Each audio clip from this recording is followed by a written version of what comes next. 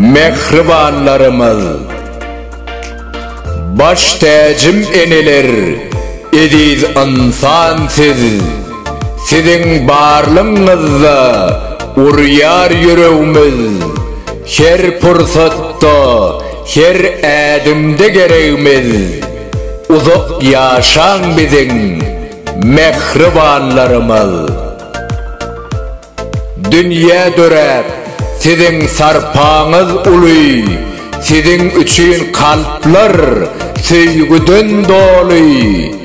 Derinizi tutmaz bu dünya mali, siz bakasız nığmat mehribanlarımız.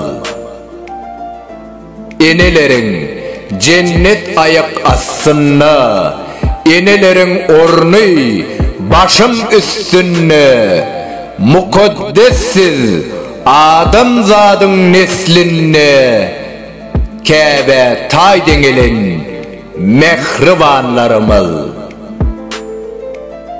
Dolanır siz bilin bu yağtı durmuş, sizin yok yeriniz yaz bolur kış.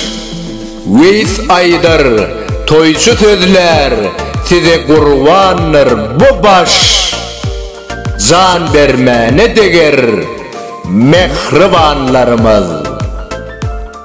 Mehriban enelerimizi, kâbelerimizi vasf edip setere geçiren şair Veys Kömekov, Okan Alpbarcı Toyçu Hekimov.